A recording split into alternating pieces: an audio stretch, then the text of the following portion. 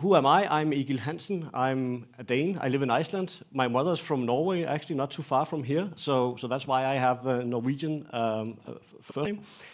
And this talk is about writing valuable tests. And my colleague who was just up here talked about Hammer. This is really about that, expanding your tools when you're writing tests, so you're actually writing the right tests that gives you the most value for that job.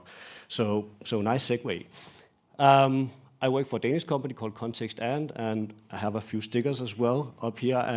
And I became a Microsoft MVP actually because I built some open source. Some of the open source libraries built are very centered around testing. So it's sort of been a thing for me that stuck with me for quite a while.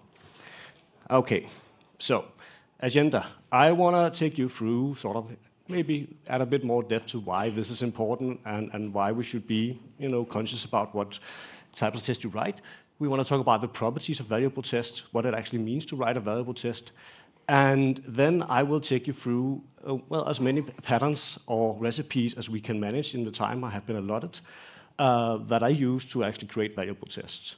And I will leave you with some further reading in case you are inspired to try and go home and try some of this yourself as well. Now, why? Well, so test code, I think, is a liability as much as production code. So I think we should be deliberate about the types of tests we write, and we should write valuable tests because we have to maintain them. It's something we build, and we have to live with that. So writing, not just write the same kind of test we always write, but write the test that actually gives us the most bang for the buck, is going to be essential. And when we end up having a really good test suite, I think we end up with confidence to deploy to production often and fast. Gives us the confidence to move fast because we have a test suite that will keep us in check and tell us if we've broken something accidentally or on purpose for that matter. So that's sort of the core motivation. Now, I will try to share what I think is good ideas. And they might come off as strong opinions. I try to live by the mantra of strong opinions weakly held. I don't want to share dogmas with you. So if you have other experiences than me or have done something differently or do something differently than I do come and tell me afterwards. In many cases, some of the examples, some of the reasoning I give here is something I aim towards, something I want to achieve. But from project to project, it doesn't always. I don't always get the 100%, and that's okay too. So more about, again, making that deliberate decision about when you do something versus not. So it's not just on autopilot. It's not just the same hammer you pick up every time you want to do something. Now, with that out of the way, what are the properties of valuable tests? There's a really good book I highly recommend. I will also have a link for that at the end of the session by Vladimir Konikov called Unit Testing: Principle, Patterns, and Practices. And in here, he defines, I think he calls it principles. I like to call it properties, doesn't matter. He has these four properties of valuable tests, 4 things that good test suites, good tests have. The first one we're looking at is resistance to refactoring. So refactoring means when we're changing something in our production code without modifying the observable behavior of the code. We want our tests to be able to survive that without breaking. Right. Ideally, you can change an implementation detail without the test needing to be updated or changed. And when I just terminology check, when I say production code, I mean the code you put into production, not the test code. Production code is production code that is the thing we test with our test. The second item is protection against regressions. So a regression is unexpected change of behavior. So maybe you have some functionality, and you maybe change something over on the other side of the program, but all of a sudden something over here doesn't work the way you expected it to anymore. And good test suites will catch that, so that you don't end up deploying things to production that doesn't work anymore. Fast feedback is the third pillar. So when do we actually get value out of our test suite? Well, we get it when we run it. And being able to run the test suite fast, that means you can integrate it more into your developer workflow so that you can make small changes, run the test, as Martin Fowler recommends, right? Make small increments, run your test, make small increments, run your test again. so that you don't end up spending 20, 30, 40 minutes, half a day refactoring, changing things, and then you run your test because they take too long to run. So again, optimizing tests, figuring out ways to make them easier to run, faster to run. Like if I can just clone my repository down and write .NET test or whatever you use in your language to run your tests, if that is optimized, if that's easier, the test suite is going to get run more often and you're going to extract more value out of it. Now the fourth pillar or fourth property is maintenance, and that's maintenance of the test themselves. Have you made it easy to iterate over the test, add new tests? Production code will change, feature requirements will change, so it makes sense that test also has to change. So tests need to be maintainable, needs to be easy to change. It also really is important that it's easy to understand what the test is actually doing. Right? Does it have a good name? Can we read the test code and understand what's going on there? So all of these things, sort of, if you aim for these, you can end up having a really good test suite. Now, the perfect test does not exist. In particular, these three over here are mutually exclusive to some extent. Well, you can't, it's like one of those examples where you can pick 2 out of 3, right? So if we sort of end up here, those types of tests you're writing are typically integration and end-to-end tests, because resistance to refactoring and in particular protection against regressions. Protection against regressions, the more you cover, when you're doing end-to-end tests, you're covering everything from the edge of the system all the way to the out-of-process dependencies you have and all the libraries in between. Well, that's going to give you much more of that if you're writing those kinds of tests. But they're not fast to run on a general basis, right? But if you're writing more unit tests, well, then you get more resistance to refactoring, but you also get fast feedback. But it's going to be hard to get all three at the same time.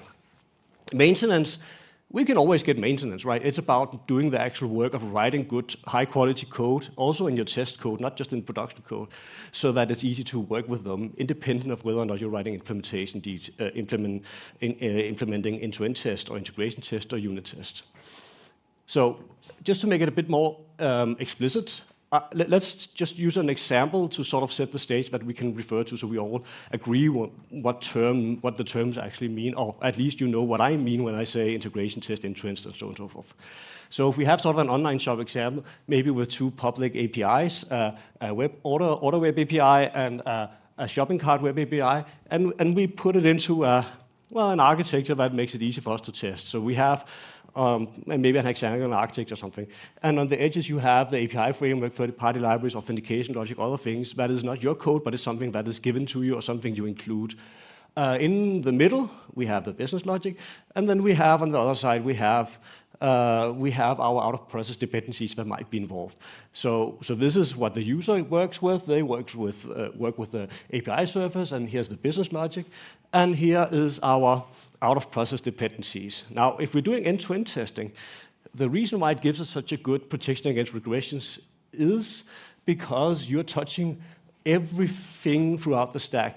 So that means if you go, for example, if you have a good end-to-end test and you go and update your, if you upgrade from .NET 9 to .NET 10, you upgrade to the latest versions of the data storage SDK or the Service Bus SDK and some of the other SDKs as well, well, you can just run your test suite and they will also tell you that upgrading those libraries was safe. Like if your test still passed, there's a very good chance that your things are still working. If you're just doing unit testing, you wouldn't be touching on the external libraries that you brought in, at least not the ones that are sitting at the edge of the system.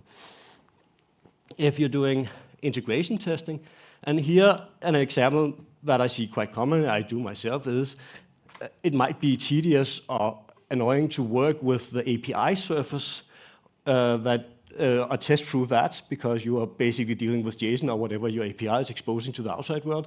So you skip one layer and basically go into to the next layer where you have your business logic, and that business logic might still use your out-of-process dependencies. Well, you do get more protection against regressions compared to unit tests, but you might also get more simpler tests, more easy to maintain because you don't have to deal with the JSON or whatever input-output you have on the API layer. So there's some advantages, disadvantages to that as well. And obviously, if you go to the unit testing, approach where you are focusing on individual subjects. Typically, you would do that for your business logic, right? Isolate that and test that. Well, then you have tests that are typically much simpler to look at, and they also run quite a bit faster because there's less moving parts in there. So maintainability is typically also easier in this case. Now, again, perfect test doesn't exist. So where do you put your priorities? I like to start here. I like to always prioritize resistance to refactoring and maintenance because they are the two properties that will allow me to go fast. If I can update and change my production code without my test breaking, that means I can move faster. If my tests are easy to understand, easy maintainable, that means, again, I can move faster. I can create new features, I can update existing features, I can move things quicker into production. And then, depending on what you're building, you can either put weight towards fast feedback or put testing against regressions. And a simple example would be, for example, if you have a simple API, the business part of it is very simple. There's not a lot of moving parts in there. Then you might just do end-to-end testing because you don't have a lot of edge cases you need to test in the business logic. It's a thin business logic layer, if you will. But if the business logic is super complex, then it might be worthwhile to have more unit tests where you can test all the edge cases. That's going to give you more maintainability of your test as well. Now, I think it's time to sort of get a bit out of the theory part of it and show some actual examples. And I think the first one is maybe the most controversial one is naming things. So imagine that we have a test that, in our example before, we had a shopping cart. So the test we want to write is we want to write a test for a shopping cart where we add an item to the empty shopping cart, and sort of that's the test scenario. What name would you give to that test? And I've concocted some examples of different styles of patterns I've seen, and I've certainly used many of them myself. Is there something up here that some of you are using that is not sort of fall into one of these categories? Now, I actually have picked up a slightly different variant that I am using currently, and it is one that looks like this. I want to name the test add item to empty shopping cart because that focuses on the behavior or references the scenario that we're testing.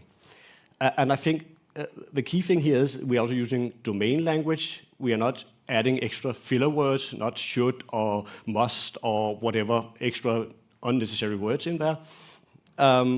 And I like the underscore part. This is C# specific. If you have, I remember working in Groovy and Grails or a Groovy language, you can actually just write it as a string.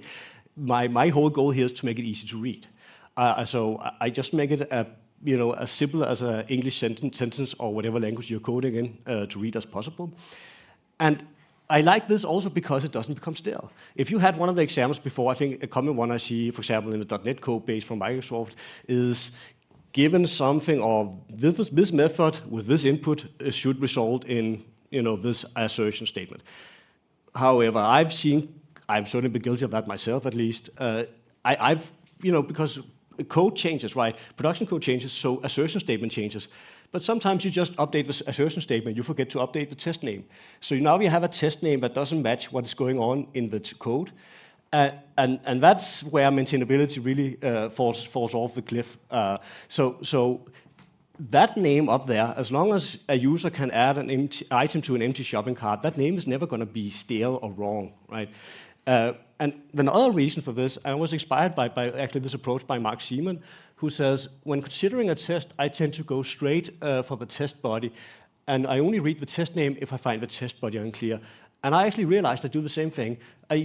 Maybe because of bad test names, but I would just start reading the test body. Sometimes I read it from the assertion and then backwards, or I sometimes start with a range part and read it forward.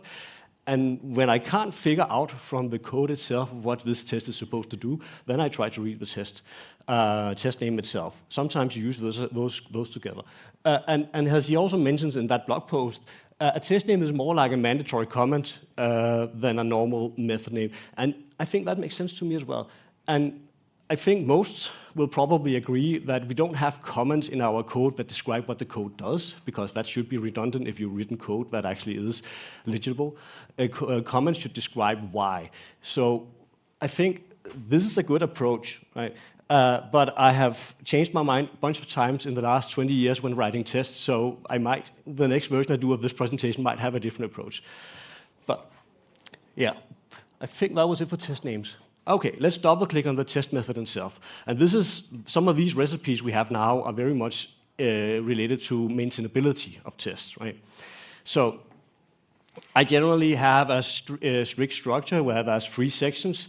I will, by default, just delimit them with white space unless they grow complex. I want my test method to be self-contained, right? So I want to be able to read the test method without having to jump too much around in my code or have implicit things that are existing somewhere else that are affecting the test if I can do that. Tests should also be able to run independently either by themselves or parallel with other methods and other test classes for that matter. I do like to always abbreviate whatever I am actually testing, the subject under test or the system under test with the name SUT. So whenever I'm reading a test, I can always look for the variable name SUT and say, well, this is the thing that is being targeted here, right? So there's always some things we can get back to. Then cyclomatic complexity. So it's just a fancy way of measuring the complexity of a method, and it just means if you have a cyclomatic complexity of 1, you don't have any branching logic really. And sometimes, especially when doing end-to-end testing, you might need to do a loop or something else, especially in the range or the assert parts of the test. But ideally, we just have a cyclomatic complexity of 1, so we don't make things too complex. Like, again, I would rather duplicate a test and give it a slightly different name than having an if-else or something, or use data-driven tests where you have an attribute, you can pass in variables to it, so that changes the behavior slightly. Again, I really want to prioritize maintenance of my test. Now, sometimes, especially in end-to-end or integration tests, the arrange phase and the assert phase can grow quite large. And then just having a delimitation or with a single white space line is not enough, so I will then happily add the code comments saying, you know, range, act, or assert to sort of make it clear what's going on. Again, for readability, but I don't add it unless I need to. Okay, next thing, the arrange phase. So the arrange part or arrange section can quickly grow quite large. So in this particular test, we have an add item to empty shopping cart with gold customer with previous orders. So in this imagined example, well, we need to create a customer first, and then we need to set up the order, and we need to pass the order to the customer, and then we need to pass the customer in here. But in this particular case, all the information we have here, that the customer name is John Doe or things like that, that's not really important for the test at hand, right? So it adds complexity to the test that I, as a reader of the test, need to pass through to understand whether or not it's important. So my first approach to solving that is using static factory methods in my test class. And the factory methods, I purposely want to give a name similar to same naming scheme as we use for the test methods themselves. So create custom with orders and gold membership, because when I read that test, I can now see, well, what is this customer? What is the important thing about the customer I have now? Well, it's something with gold membership and orders. Excuse me. And obviously you pass in item. Another thing I want to highlight is you could certainly have created a customer variable that sits at the top of your test class, and you maybe instantiate that customer through your constructor or through, if you're using NUnit or MS Test, you have the setup methods that you can run before the test. My problem with them is that they are implicit. You don't see, when I'm reading the test, I don't see those methods being called explicitly, so I don't know exactly how they influence. So again, I want to be able to look at my test method in isolation. So I strongly prefer to have everything that is being used in the test at least be very explicitly referenced, like in this case with the static method that is factory method that's creating something I need in my test. Another thing that can be done is to create builders. So if you have complex object graphs you need to create, but you need to pass to your test data, you can create builders. They have the advantage of being very reusable. And so typically my go-to is to always, especially if you have very complex input data, input graph, you can actually have an AI copilot type of thing. Just say, hey, this is my object graph. Create me a builder that does this thing for you. And the advantage of using builders is that if for some reason a customer has a new required field or property that needs to be set whenever it's set up, well now if you haven't used a builder, you're just doing that in every single test. Well now you need to go and update all the tests, right? Maintainability goes down. Now we have a builder that can go and set a default value. And then you save that time in terms of maintaining your tests. Because again, production code changes too. Now, I do want to caution about sharing too much between tests, especially my factory methods. Factory methods are typical methods that I would rather copy-paste from test class to test class and just have them in the class itself, instead of having them in a shared place. Builders, I think, are much more geared towards being reused across test classes. What typically happens if when you have the factory methods and you start putting them, reusing them between test classes, is that you start adding parameters to them. And now you just have a test method with different parameters on it. So if you squint a bit, you almost created the builder anyway, but now it's just a method with a name and then arguments that may be less actually readable than the builder. So if you're starting to create factory methods with input arguments, maybe consider creating a builder instead. Okay, the Act section. And by the way, I will just keep going. If you have any questions or feel inspired or get angry, just shout out, let me hear it, so we can have a conversation if you like. Now, Act section is typically quite simple. Hopefully, there is one statement that is in the Act section. Sometimes there can be two, and if you're building business logic, it might not be a good idea to have that. It might be a red flag from your code, because if your test needs to execute two statements to perform a single business action, then the persons who are using your production code will also need to know that there's two or more statements that need to happen in a specific order for the business action to actually happen. So it's just a red flag. It's not necessarily bad, but it's a red flag if you have an Act section with multiple statements in it. It can change if you're doing end-to-end testing, which is something to be aware of. Now, for the assertion section, I want to assert on a single unit of behavior. So it's not a single assertion method call. Here we have a bunch. We have assert that has a single actual item, and that item looks like what we expect it to look like. And then there are some calculations, and we have the expected total price. That is a single unit of behavior that we are asserting against. Now, assert statements can also, our assert sections rather, can grow quite large too. So something I will often do again is create specific assertion methods that can be reused within the test in the same class where you pass in something to it.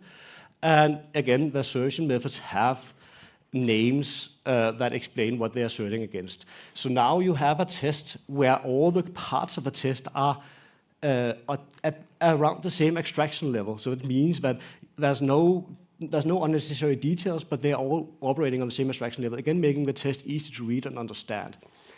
Now, another cheat code you can use, especially if you have a large object, like with a large object with lots of things you want to assert against, this way you can use snapshot testing. Now, with snapshot testing, and there's this library from a fellow called Simon Krupp in .NET World called Verify. I am sure in other ecosystems they have something similar. What you really get out of that is you take a snapshot that's typically saved to disk.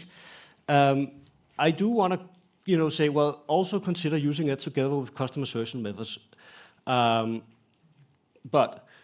let's see how it works. So a snapshot, at least with the Verify example, is in this case, we passed in our system on a test, which is our shopping cart.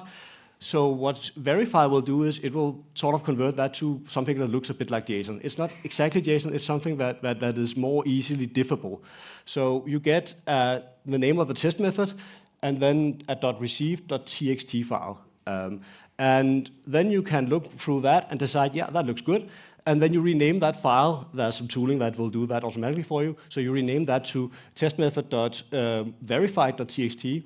And the next time you run the test, it will produce a new receive file, and then it would use its diffing, built-in diffing, to compare the receive file that you have shared and you checked it into your source repository. And it will compare the receive file with the verified file. And if there's any problems with that, it will open up your favorite diff editor. You can configure that too, and you can sort of look through them and decide whether or not there's something wrong with the test now, or if it should be, or if the verified file should be updated. Now, I think it's a very convenient way of writing assertion statements, but there's also some dangers with it. The danger is I actually don't see now what we are actually verifying here. It's just saying, well, the snap, but I can't read the test method. I have to go to the verified file as well to figure out what is this test actually testing now. So you're losing some fidelity in the value of the test, right?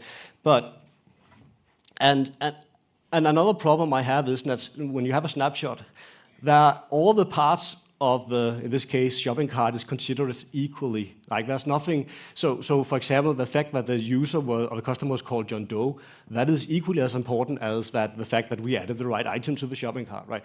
And that wasn't really important in that test.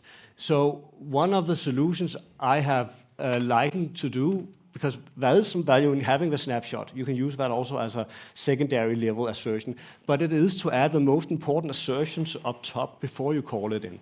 But what then happens is if you have a thing that changes in your production code and you run all the tests, and you have a whole bunch of tests that all fail at the verify step, well, then you can sort of glance through all the verified files and see perhaps patterns. I can use it more as pattern matching. See, it did something in general break, and then allows you to figure out what has broken, if it's broken, or to just update all the snapshot files.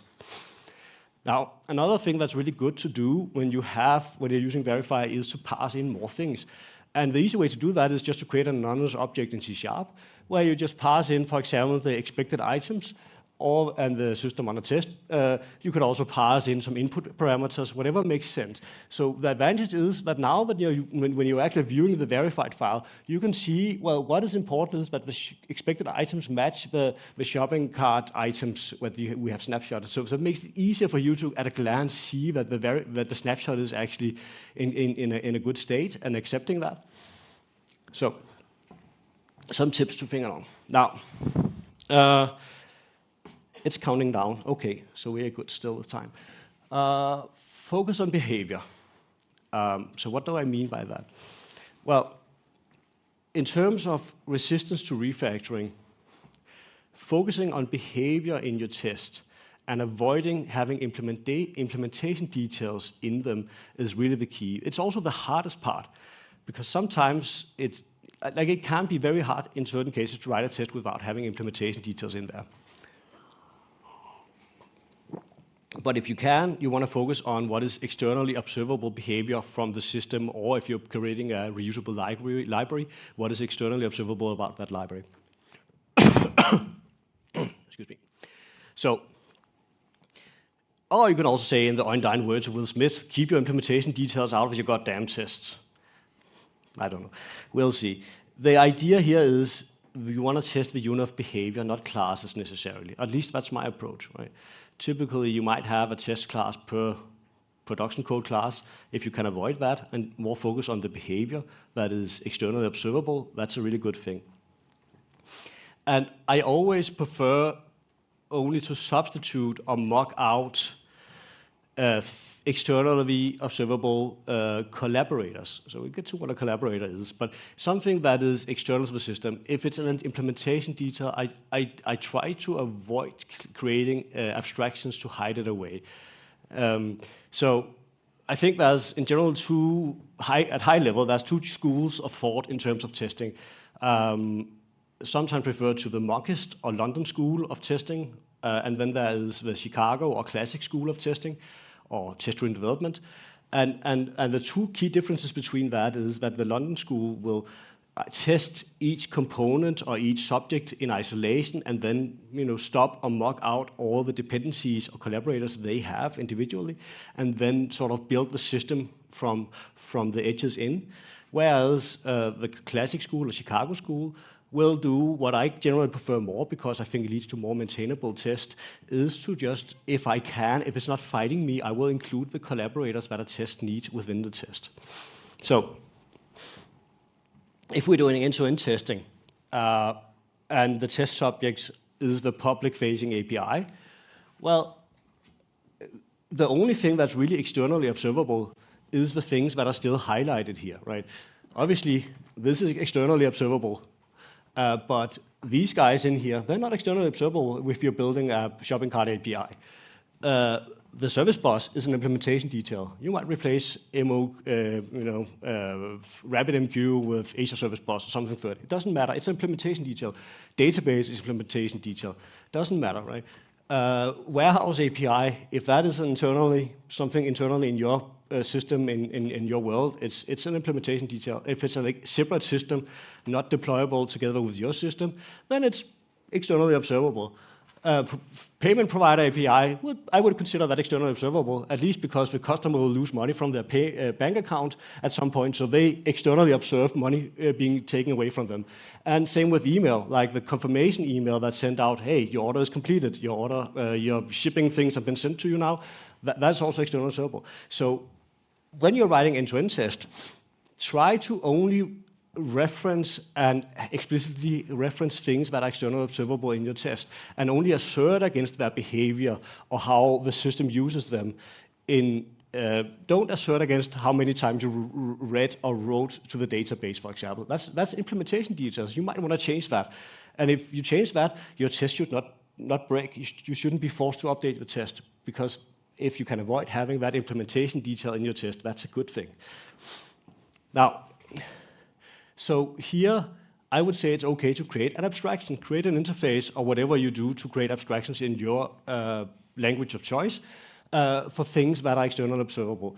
Also because they serve as, not just for testing, but in domain design terminology, we call this creating an, what's the word for it again? Anti-corruption layer. So if the payment provider API changes their API surface, well, if you created your own abstraction that sits on top of whatever they have, if you then go, then you just need to go and update your implementation, production implementation of that abstraction to use the new API they have. But all your internal code, production code that uses your abstraction doesn't need to change, unless it's something fundamental that just completely changes how it works. So having those abstractions, those anti-corruption layers at the edges of your system for things that are externally observable to your system is actually a good idea. And then it's also, again, a good idea to assert against the behavior of those in your tests. Now, if we go a step further in integration test, well, you're testing at this layer. Well, unsurprisingly, it's still the same two things here that are externally observable that you can use and include in your test. And if you go to the unit test layer, right, where you have decided to test your shopping cart in isolation, and it's completely fine to do that if your shopping cart has super complex business logic that's just a pain to test at the end-to-end layer or integration layer. You want to test that in isolation. But this is where the London School or Mockage School would probably introduce a discount calculator abstraction so that you wouldn't pass in the discount calculator to the shopping cart when you are actually testing it. I will try to avoid doing that, but maybe you have to do that. Maybe there's some good reasons to do that. But in general, I would want to avoid to do that, and instead just pass the collaborator in. So how does that look? So very simple. So if we go back here, the discount calculator is what I would call a collaborator. My subject on a test will be a shopping cart, and it needs collaborators to do its thing. But how it uses those is not really important, right? Because we're not testing the collaborators themselves, we're testing the shopping cart. So I don't want to have any dependencies on how it actually uses the collaborator in my test, if I can avoid it. It's not always possible, but if I can. So system that needs a collaborator, and we have a collaborator. in my test setup, I would just have a static method that creates the system under test or subject under test, and news of the collaborator. I purposely don't want. I just want to return the system. I don't want to know about the collaborator in my test code itself. So now I can just work with the system under test, and I explicitly only assert against whatever I can see from the outside in towards my system under test. And a really good tip there, if you have very complex business logic, is to lean into architectural patterns like functional core, imperative shell, where you actually create all the business logic in a way where it's very functional, so that you can basically treat everything you do in there as you pass it some input and you get some output back. It's deterministic, it's functional, pure functions. So there's no asynchrony in there typically, right? There's no database interactions. You move that to the edge as much as possible. But again, it's not always possible to do that if you have a brownfield project where you're not starting from scratch, where you maybe have existing code that's been architected in a certain way. So I'm talking about ideals here, but this really works quite well. And if that collaborator is just fine being newed up and passed in, why not, right? You get the benefit of if there's a small thing that changes in there that breaks the whole thing. So you're doing sort of micro integration testing at the same time. Now, you can also have collaborators that are externally observable. So in this case, let me see if I get my bullet points right here. Yeah, we just knew of the collaborator directly in the test, and we passed it into the system under test during the testing. Now, at this point, it's also okay to mock the collaborator or create an interface or use the abstraction for it instead, if that makes sense, because it might be problematic to deal with. It might be an out-of-process thing that you don't want to have part of the test. You can create an abstraction for it because it's externally observable. And it's also okay to assert against the collaborator in your test, like what state is in that collaborator. I generally try to avoid asserting against interactions between my system under test and collaborator because those are implementation details. But if my collaborator is externally observable, for example, if it's the email server, right? I can go and ask the email server, did you receive an email from my shopping cart when it checked out things, right? That's a valid thing because that's something the user will also see. So if the user stops seeing an email, I want the test to fail as well, right? So that's, again, external observable things. Now, sometimes, even with best intentions, we have to compromise, right? We might have some system under test and it has a collaborator that is just hard to instantiate. Maybe it's a giant object graph that just makes your test hard to maintain, hard to work with. It might be non-deterministic. Maybe it's a collaborator that changes its behavior every time you run it because it uses something like time or some other input that you can't really depend on it to create deterministic tests. It can also be that it's just really slow. Right. So even, for example, if you have, like I said, like typically a data storage thing for your system is going to be an implementation detail unless you're sharing your database with somebody else's system, and then you have other problems. But assuming that it's just you that's using your data storage, it's an implementation detail. But that data storage might be something like Cosmos DB that takes 30 seconds to spin up during testing. So then that's where I say, well, okay, that's fine to compromise because I can't have a test that takes 30 seconds to run, right? So there's valid good reasons for not, for creating abstractions on top of your, for example, out-of-process things that are just tedious to work with. So once you've decided to do that, I generally see high-level two approaches. You can use generic mocking libraries like MOQ and Substitute. How many of you here use MOQ and Substitute or similar things in other ecosystems? Or you can hard code or hand code your fakes, your mocks, your stops. So in the .NET world, if you use MOQ, you create a mock of your iCollaborator, pass it in, and but you could also do this. You could also just create, a stop class, something that is just hand coded. Now, I personally like this approach better, and I'll show you why in a short second. But let's look at the advantages of using the mocking library. Like in general, I think they give you sort of its rapid development. They have an API syntax that is optimized for setting up, just if you call this method on this thing, then you get this response back. It comes with a bunch of flexible verifications, assertion methods for both interactions, but also you can configure it to return specific things. Now, and I also think it's an advantage that if you're using the same modeling library for all your tests, you have a consistent, API that you're using, so that when you're reading your test, you see the same structures, the same patterns. Now, I also think that it's sticking with the generic syntax we have. I also think, typically, I think if you're not used to reading that specific library, it can be a bit tricky because it's generic syntax. It's usually a bit gnarly, setup of method calls, returns, verifying certain calls that happened. But I think the main problem I have is that it actually leads to test fragility, because what you tend to do when you have a collaborator is that you specify, I call this method, you return that back. Well, now you specified exactly what happens in your test. You have stuffed implementation details into your test, right? Because that's now part of your test class. So that's sort of the biggest thing where it actually leads to test fragility.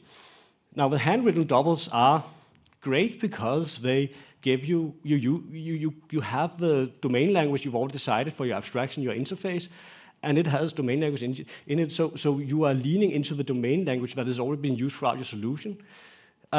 So I think it makes it easy to understand the test code, but it also makes it easy to extend and customize.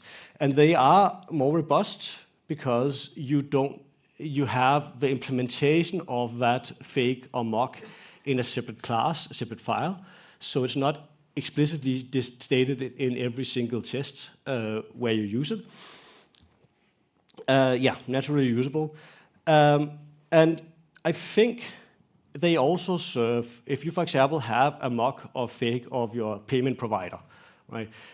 In the fake implementation you've created, you are explicitly stating how I expect the payment provider to behave. So the payment if the payment provider API starts behaving differently, well, now you just have a single place you need to go and update to match that.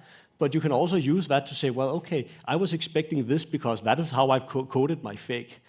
So it's more like, it's quite common. You also see that front-end guys, if you are a front-end guy, they will typically create a fake version of your back-end API, so they don't have to wait for you to be done with the API before they can start building the front-end, right? So it's a similar approach here. Now, obviously, it does take a bit of time to create them, so that's the downside of them. And you also have to have some discipline when you're creating them so that you do it in a consistent way. So again, your overall test code base is maintainable and easy to understand. Now, I want to illustrate how this actually works. So we have customer service, that's our system on a test, and it has an iCustomer repository as dependency collaborator. The customer service itself has a create async method. That is going to be the thing we want to test.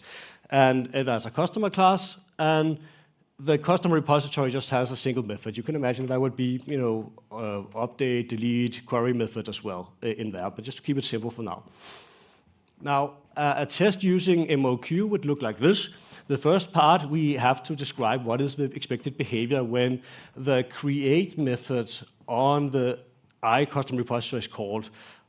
We're being pretty lenient here. We're just saying we want any customer we passed in, and when we just update the ID of the customer, assign an ID to it, that might be the expected behavior, that when we give a new object to the customer repository, it will give it a unique ID and return it back to us and save it to the disk.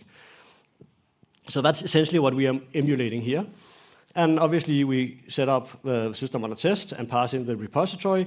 We run our test, and then we can assert that the thing we got back from the system on a test did the right thing. You could also take one step further and verify that the system on a test actually called the mock repository. If you want to make sure that it did it the right way and it didn't just cheat and created an ID itself, the system on a test, that it used the mock repository. In general, but the problem here is that we specified exactly how now the system on a test is using its collaborator. So if that changes, for a good reason. Like we might want to optimize our system on a test so that it does things smarter, might not write every time to disk. I don't know, could be some caching in there, could be a different way of doing things. Well, now this test will break even though the external observable behavior of the test is still the same.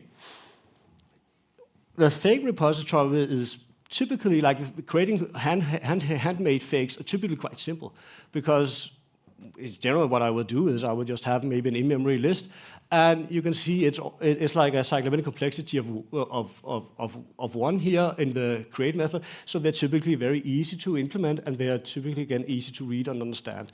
Now, I find this test easy to read. We create our fake repository, instantiate that, pass it in, and we call our test like we did before. And now we assert against it. And we can even go and assert against our fake repository and say, well, do you actually have the thing that we expected you to have inside you?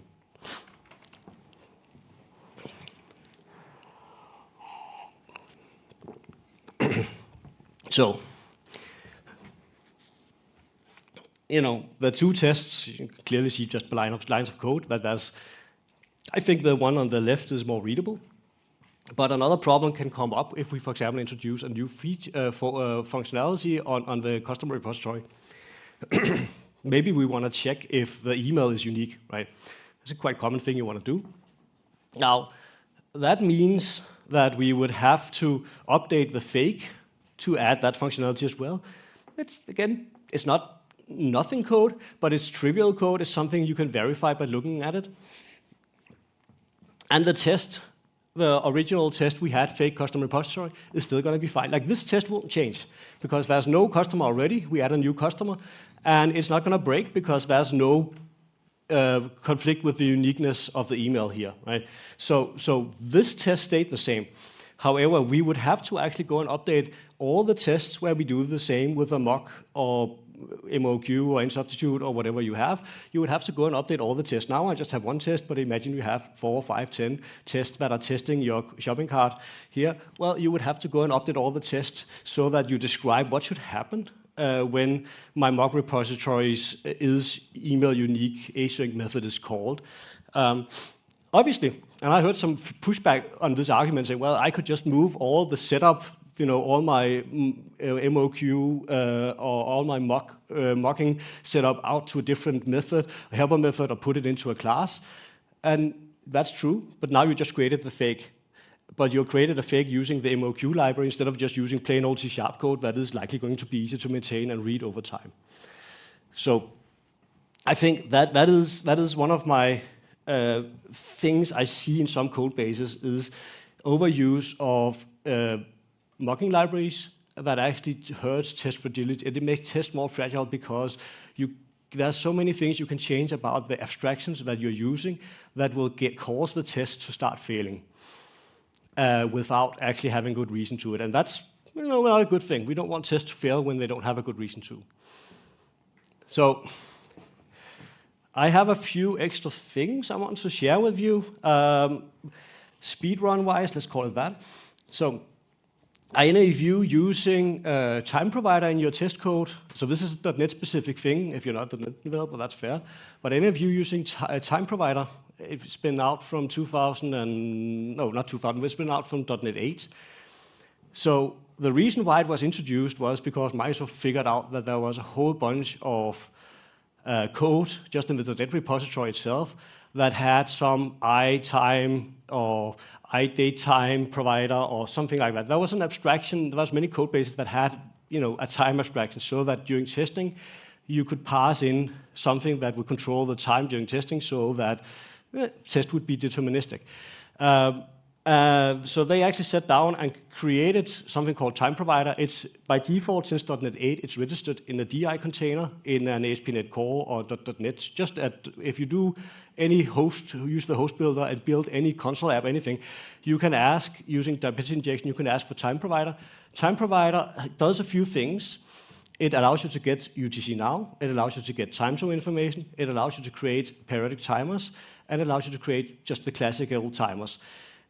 And if you take a dependency on the time provider in your tests, in the test in your production code, that allows you to inject a fake time provider. Microsoft built one. I actually helped them build that, but there was some disagreements about some of the features in it, so I also have a manual time provider that you can also use, slightly more, has more features, but essentially it's the same, and it allows you to, for example, if you have business logic that's very time dependent, like after 1 second do this, and then the next time do something else, that allows you to move time ahead in your tests based on the fake or the manual time provider that you have at hand in your test code. And again, time is externally observable, so that's completely fair to replace that during testing, right? So try to use that if you run into things like that. You look at time provider and look at the fake time provider from Microsoft and start with that. It also allows you to work with timers. So it's not just about getting UTC now, but if you have a timer that maybe you instantiate a class, a system on a test, and it sets up a timer, and after 5 minutes, it's supposed to do something. How do you test that? Well, you don't want to wait 5 minutes to run your test. Well, what you do is you pass in your fake time provider, and then you have a method on that called advance that allows you to move time forward by a certain amount that you decide, so you can move it ahead 5 minutes, and then you can assert that whatever needed to happen after 5 minutes has happened. So that allows you to create very fast, very stable, very predictable tests. Another problem that is quite common, especially when doing end-to-end integration testing, is, for example, we had the example before where you do something in shopping cart, that causes a message to be put on the service bus, that then asynchronously triggers something in the order manager to do its thing. It starts calling various things, starts sending out emails, all the things like that. Well, if you have written a test for something like that and you've tried to make that test stable by inserting a task delay into that test, that is a very common approach to do. However, it doesn't work especially well, because your system might be, you're running on your developer laptop, that might run at a certain clock speed and be able to run things at a specific interval, timing-wise. But if you're running it up in your CI pipeline, it might be a much slower system. So you will have tests that break occasionally up on the CI pipeline, but not break locally on your machine.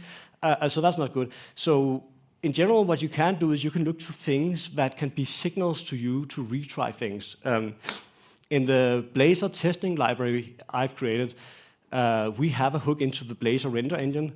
So if you're testing a Blazor component is a front-end thing. Whenever you're testing that, we have a hook into there. So whenever a component actually re-renders, updates HTML, we know. So we have a method called wait for assertion. So you can pass in a lambda, like we see in this example here, and it will do something. It will execute every time that there's a render happened. Whenever renders happens is actually implementation detail, but the higher level here is we just say, we just want to know from whatever we are monitoring when something happened, we can run our assertion. If the assertion passes, we can stop awaiting whatever wait for, so we know that has actually passed at some point. So instead of waiting for certain amount. Now you could also wait for example, for database, right? If you could set up monitoring saying whenever time I write to my database during my end-to-end test, I want to retry my assertion. I want to wait for 5 writes to the database. Well, what if at some point you change your test to say, or change your production code, so now I'm only writing 3 times, or I'm writing 7 times because I'm doing more work? Well, now your test is breaking. So again, step it up a level abstraction to say, well, instead of waiting for a specific count, just wait, for example, for assertion. And that actually turns out to make it quite easy to make tests more stable, predictable. Other things you can wait for is if you're using OpenTelemetry, you can set up a telemetry collector, in-memory collector, when you're running your test. And that can be a trigger to a method that will try out an assertion. And then you typically also want to include some timeouts. So there's a whole bunch of examples of that online, but that's a really good pattern to lean into. Never do task delay and wait for a certain amount of milliseconds or seconds, because inevitably it will fail, or it will just make your test super slow. Code coverage. So when do you have enough tests? Well, there's line coverage. Every time a test runs over a line, then it's counted as covered. Those are not very good, because it might not actually have executed anything of meaning. Then you have branch coverage, which is better. So it actually counts what the branches you've taken. But a really good solution is also mutation testing. So with mutation testing, what you're doing is, it's actually a multi-language framework called mutator testing, I believe. It's called Striker.net, or Striker testing, I believe it's called, the library. And it supports Java and .NET and a few other languages. What it will do is it will go in and look at your DLL, if it's .NET, and it will find conditionals, and it will turn the conditional around. Or it will simply completely remove it. And the idea is, then it will run your test suite, and if there's no tests that are failing after it's changed your production code, then it's a clear signal that there's something missing, right? 1 second. So mutation testing is really a good indicator, but it takes a while to run. Like if you have a big code base, it will go and find one if statement and flip that statement around. And it will run all your tests, and then it will try the next one and next one. And it will find a whole bunch of tests, it will find a whole bunch of changes it could do to production code that didn't cause any tests to fail. So that might be a good indication that you need to write more tests to cover that. So, in summary, if you try to design your system for testability and using good architectural patterns that allow you to isolate the things that are important if you want to test, for example, we talked about functional core, imperative shell, or just the classical Bunyan architecture, hexagonal architecture, those kinds of things typically lead to a testable system, but it also leads to a more maintainable system. Make deliberate compromises. Don't just use unit testing. If you have a system that can benefit from end-to-end testing as well, at least just some smoke tests to check that everything works still after upgrading NuGet packages, that's very beneficial. And I would say prioritize making your test resistant to refactoring and maintenance. And I think I'm about out of voice now, so some further reading. This book, really good. It basically covers very much how I like to write my test. Mark Seaman, called him out before, his blog post. He also has a great book talking about how he, in general, builds system so that you can have individual parts of the system that fits in your head. Hence the name, code that fits in your head. Really good book as well. And classical Martin Fowler book, Refactoring. What I like about that is, besides all the small refactoring examples he has, I like his chapter on how he actually developed code, how his workflow is, taking small steps, running tests, taking small steps again, running tests, so that you don't get too far away from having a system that works. Okay, if my voice holds up, I can take questions. Otherwise, I will say thank you for hanging out and listening to me huffing and puffing through this presentation, and have a good rest of the conference.